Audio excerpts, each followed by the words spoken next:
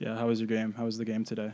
Great, bro. I played really good. Yeah, you got a lot of playing time, and it was a beautiful day out. I would say that the team you played was really good. I think ultimately it comes down to, who wants it more. Mm-hmm. And I think that they wanted a little more. And I think they wanted it more. They just weren't very good at baseball. They could, no. Hit a pen out, pour up heavy. In the lamb, on a Eddie. I got 3 rows, run a valley. All right, what's up, guys? Welcome back to the show with Dan and Joe. So this is episode 3. So we got some stuff we're going to talk about today, some hot takes from you guys. And then we're going to talk about we faced 95 miles an hour on Saturday. A pitcher who threw really hard. He was really good, too. I mean, I didn't face him. Joe faced him. I mean, as you guys know, we're still pretty new to this, but I think we're doing all right so far. You guys are liking it, so we really appreciate it. Let's get right into it. So, Joe, how are we doing today? I'm good. I'm just fucking stuffy, bro. Yeah, that sucks. Pissing me off. Maybe just dude. suck it up. Yeah, it looks like you're about to cry. Is all the haters on TikTok? You guys have really hurt my heart. I just want to say this message to my haters. That one guy who said, fuck, there was a lot. I was going to think of something funny, but... There was a lot. Today was the first time where I actually read them. Yeah, and everyone was like, get this guy off your podcast. He's ruining your stuff. And I was like, at least they like me. At least they like DSARM, yeah. It's more just like Ep.3 or whatever, which, okay, you got me. Your name is username. Mine is just pure hate. Yeah, people just hate on Joe because he's spitting facts. No, because we're saying hot takes. We're saying provocative stuff. That's the point. But yeah, and it really rattles me. We'll do some more. Yeah, Joe gets pissed off. But we'll do some more hot takes today. But yeah, no, the episodes have been doing really well. So thank you guys for that. We're going to keep it going, hopefully, and get some guests on and all that. But so that leads me to my first topic of the day. So we faced a pitcher, Thomas White, the third-ranked player in the 2023 class on Saturday. Throws about 95 miles an hour from the left side. So what was it like facing him? I mean, I've seen 95 before, around 95, but this kid was different. He was just so poised and 6'5", lefty, consistent. Yeah, he's 17 years old, by the way, which was fucked. Right, and it's not like he's just throwing fastballs. He had a changeup and a slider, or a curveball, whatever it was, which was a 20+ mile an hour difference, which is fucking ridiculous, bro. That's just special. I like facing that just because it's a quick reaction. No time to think. Yeah. In the box. But yeah, he was really good. And Joe, I mean, you did fine off him. I'll play the clip of the first AB I got. Oh, boy! Extend! So you had a line drive, probably right near the warning track, maybe. But I mean, you just didn't get all of it. It is what it is. I got jammed. I mean, a little bit. We started off pretty good. We didn't get any. I don't think we got any hits off him. We definitely didn't get any hits off him. But the first inning, we were hitting him. Yeah. We got walked, and then he picked a kid off, and then we kind of lost all our momentum. Yeah. But man, seeing someone throwing that hard is it doesn't seem as hard until you pay attention or until you see someone else go out there who throws obviously slower than him. You're like, oh wait, that is really hard because he throws hard. It seems firm, but from far away, 95 and 85 don't seem if you're in the dugout, it doesn't seem that different, but it sounds different. And then once you pay attention, that's what I was about to say. When you pay attention, bro, it's way harder. It comes out of his hands. So yo, and he's 6'5", so he's literally releasing it. He's it's giving you the ball. It's insane.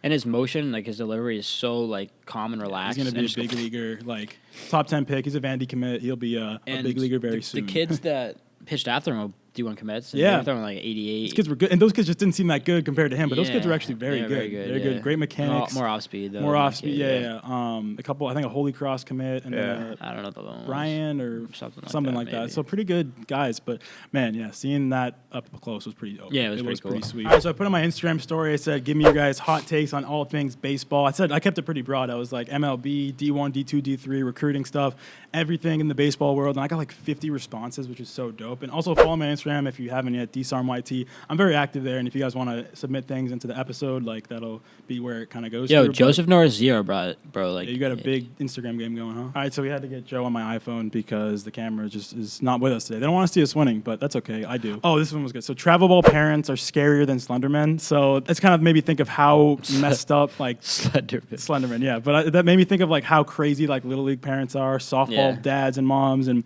just baseball, travel ball parents, especially when they got money on the line, man. They're insane, bro. You either want to have the parent on your side, fighting against the team, or you want to have them on the other side so you can kind of beef with the parent. They do make the game more fun, but you never want them to be your parent. Yeah, you know exactly. You never want them to be your parent. Love them at the game if you're not having any. If you don't have no association with them. Yeah, we used to ump games when we were 14 for our whatever it was called EJBL. It was our junior league or whatever, or our rec league kind of.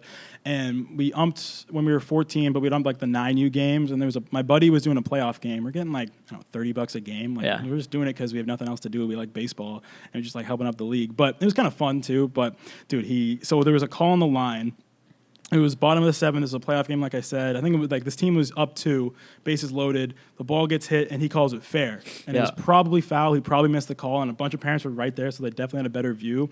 He misses the call, and you know how Little League is. They score and they win. So they ended up winning 17-60 or something like that. And dude, the parents literally ran him off the field. Like not ran, but they were just shit, swearing at him, saying all this shit. Dude, we're talking about a 5'3", 130-pound 14-year-old kid who's umping a game, and I think he literally he told me it got bad. And dude, my barber, I actually remember this. So my barber was one of the parents. It was some weird connection. So I was talking about how I umped. I was at a haircut, and he's like, "Oh, dude, we just lost this playoff game. It was so bullshit." And I'm like, "Oh, really?" My buddy just umped a game. It was crazy. And he goes, "Yeah, man." And I'm like, "What team did your son play for?" Because I remember the team. He's like, "Oh, he plays for the Phillies." I'm like, "Oh shit!" And I'm like, "Yeah, I think that might have been my friend." He's like, "Oh, little blonde kid," and I was like, "Yeah." He's like, "Yeah, we showed him." I was like, "Yo, he's 14, dude." Yeah, fuck that kid. Yeah, I know. And Mike was he was fine about it, but he was definitely shook because he was 14. His parents were like, "What the fuck? Are you fucking blind?" Yeah. I remember one time I missed a couple calls and I got hit in the nuts almost. It didn't it kind of hit. It was they were slow and the kid foul tipped it and it kind of hit off my thigh, I guess, and it looked like it hit me in the nuts, so I kind of went like this and just tossed it back. And the parents were chirping me a little bit, and I just heard one parent go, "Hell yeah!" When I get hit in the nuts.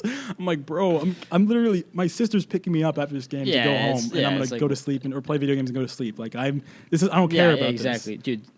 My town was fucking, the Little League shit was so fucking ridiculous, bro. These dads take it so serious, bro. I was telling you before, some kid literally tried to sue my town. Right. They live vicariously through their because kids. He didn't make the All-Star team. How are you going to go sue a town because he didn't make the All-Star team? What was his case? I don't know. I have no idea. And I have no idea what he was. I don't know. It was and just his son wasn't good, ridiculous. Oh my god, trash. Yeah. Most ridiculous thing I've ever heard in my life. I was like, dude, That's are you serious, wild, bro? Just the nerve. You know what I mean? Oh man, it's crazy. But I remember, dude, those Little League games used to be fun. When you're a kid and you have the parents yelling like that, it's fun. It's bro. fun, dude. But then when I'm older now, I look back on it and it's what really the cringy. hell, But dude? if a parent did that now, it'd be like, yo, chill. Yo, chill the fuck It's not out. that deep. My friend is gonna ump this year. We're 19. He's gonna go ump Little League games. Yeah. And I told him to go to the game and start a fight with him and just have him kick me out of the game. That'd be so funny. funny. No, just establish his authority, kick you out of the game right when you say anything. Yeah. Be like, yo, you out. Hey, you got to kick you out. You're next, okay? He's some bullshit like that. That'd be hilarious. But yeah, dude, travel ball parents are ridiculous, nuts, bro. dude. A lot of kids go D1 just to say they did it. In reality, some will sit the bench the whole time. What do we think about that? Yeah, I think that's true. I 100% agree with that. Most cases, obviously, it's not true. Dude, I know kids who are just grinders, bro, and they get D1, they get a scholarship. Maybe they're even walk-ons, but man, you got to really be all in to play D1 baseball. And obviously, baseball at any level, but man, you just ask a lot of yourself as a D1 student athlete, man. But I do think there are some kids out there who just, their ego, they maybe had other options, and they're like, nah, D1.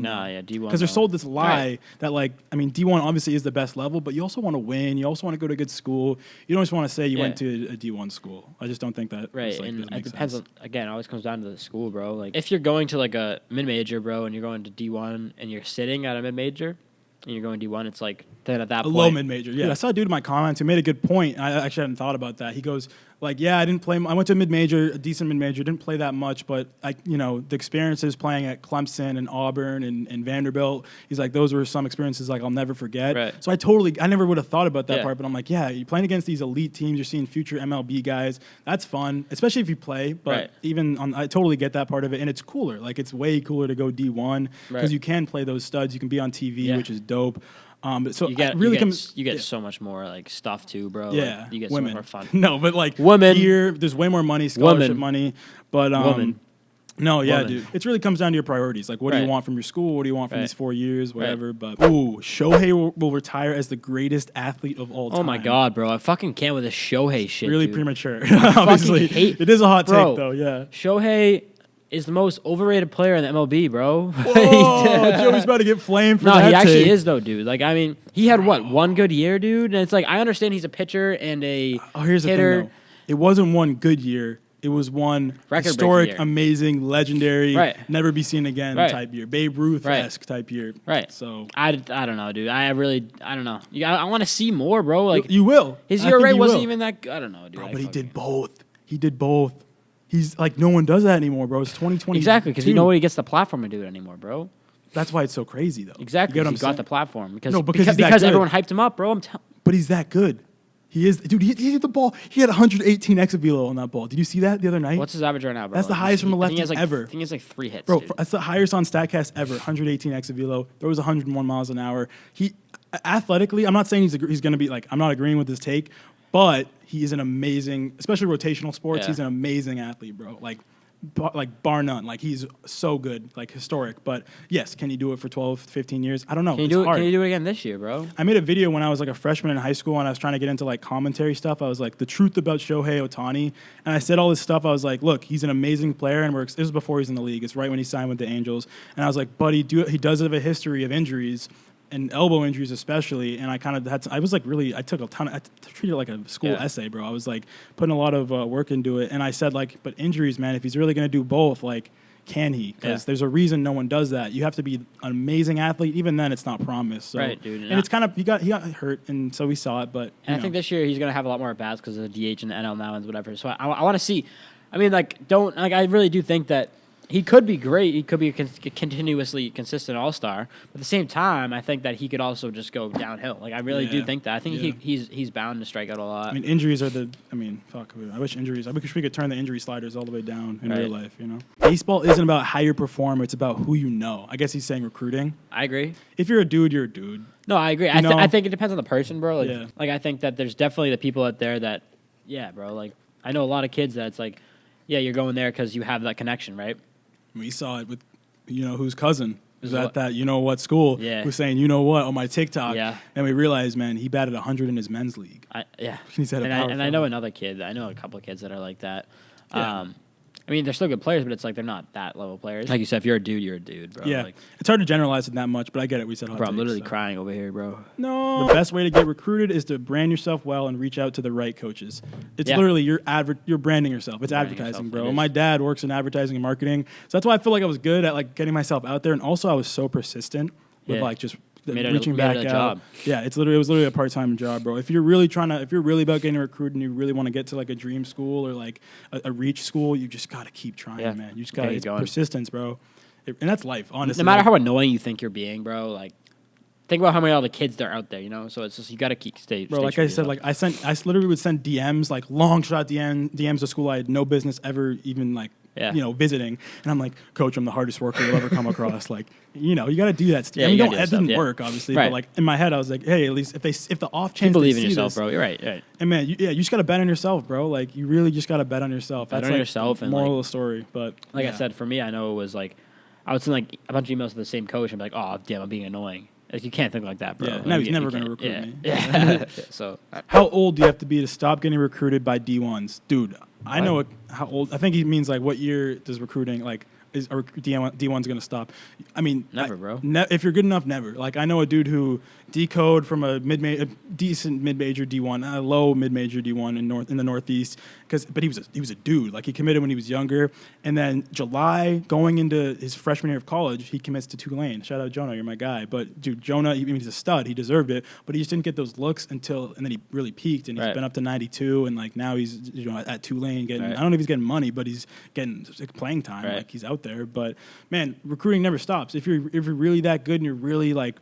If you're a dude or you work hard, like just never stop. That's really what it is. And if you get under recruited, bro, as a high school or whatever, and then you go to like some college and you think that you're like, no, I don't want to say better than it. You go to a college that you're like, damn, I wish I was playing at blah, blah school. You go get college ABs and show yourself at the college level, then that's when the actual D1s come and look for you. You know what I mean? Yeah, dude. I think that's a big way to show yourself is college at bats, college playing time. Like, you can't have a shitty attitude, like, where if you say you go to a school that you think you're better than, if you have a shitty attitude going into it, you're not going to do well. Right, and then you're going to be like, whoa, wait, was I really even good enough to play at that school? Exactly. Like, I'm getting shoved on? Is that? Shoved on. Pause with that. But I'm getting, like, shoved against kids that... Shoved against? Kids are pitching against me that are doing way better than I thought they would. Are you saying batter perspective? I'm saying if you're hitting and there's kids shoving that that's PO language right there for us hitters, bro. That wasn't even English. That was some... Shoved up. Is that what you said? Shoved up against. It just took a weird turn.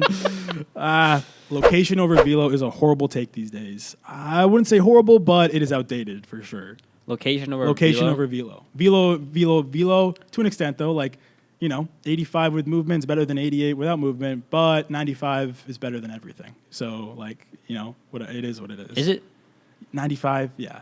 I don't know. I hate to say it as someone who throws 80 poo, but yeah. I think 95, bro. If you're throwing 88 from the left side and you have more movement than the guy that's throwing 95, I think I'd rather have him on my team. But we're talking about location. You know what I mean? Like, right, but if you're hitting the right locations and your ball's moving to that location, I don't know, bro. But like, if you're throwing 95, anyone's gonna take a chance on you, right? They're gonna be like, hey, we'll give you some scholarship money. Like, what's the word? Fucking You can't teach velo for the most part, but you can teach strikes. That's the mindset of coaches. What's the word that you get recruited as? Fuck. Projectable.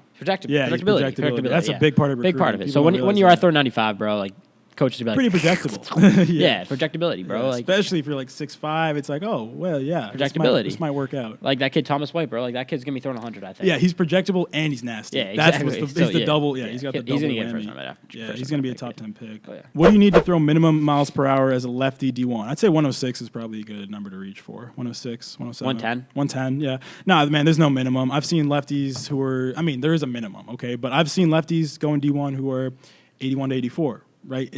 But, you know, it's not Vandy, but they're going D1. I've seen lefties who are 90 to 94 going to Vandy or like something like that. There's also kids. I forget what team it was, dude. I saw it was like a Power 5 team, bro. They had this guy throwing like 78 miles an hour, bro. I was like, what? I know Wofford and some of those schools in that conference, like they actually like guys who are junk ballers, like don't throw very hard because they have dudes who throw gas and then they put someone else in just throw people. You know, and like there's something to be said, like if a kid starts who throws 78, all right, second time through the order, maybe even first time. Right, exactly. But if you put him in after someone who's throwing 94, it's like, all right, that'll for a couple innings. If you're at a high-end D1, majors, even whatever, your consistency and good pitching. So if you're coming in and seeing a guy with a 20 mile an hour, 10 mile an hour, mile per hour difference, it's a big deal. All right, guys, going to do it. Thank you for watching. That is the third episode of the show with Dan and Joe. Hopefully you guys enjoyed. Joe, how we feeling? I'm sorry, everybody, that I looked probably sickly. Joe was like borderline crying the whole time. I am crying. I'm still crying from these comments. The trolls, dude. Fucking trolls, bro. Fucking trolls. Nah, but I'm actually sick, so I'm sorry. You are pretty sick, dude. I think you're pretty cool. Yeah, but thank you guys for watching. We'll see you guys on next Sunday for episode 4, Wednesday for the game day vlog. It's going to be a nice little week of content. Check it out, guys. Follow me on Instagram, TikTok, all that. I think that's the only, and YouTube. Yeah. Subscribe. Yeah. All right. Thank you guys for watching. Peace, guys. Do it. Peace. Later. Peace. Peace. Peace. Peace. Hit a pen, I pour up heavy. In the lamb, on a Eddie. I got 3 O's, Runner Valley. These new Dior's, not for belly. Stay that money, Eiffel, Perry. I shoot jumpers, call me Larry. Then they in Yonkers, I need a Navy. Don't need a sponsor, already heaven. They calling me the man, had to slow down.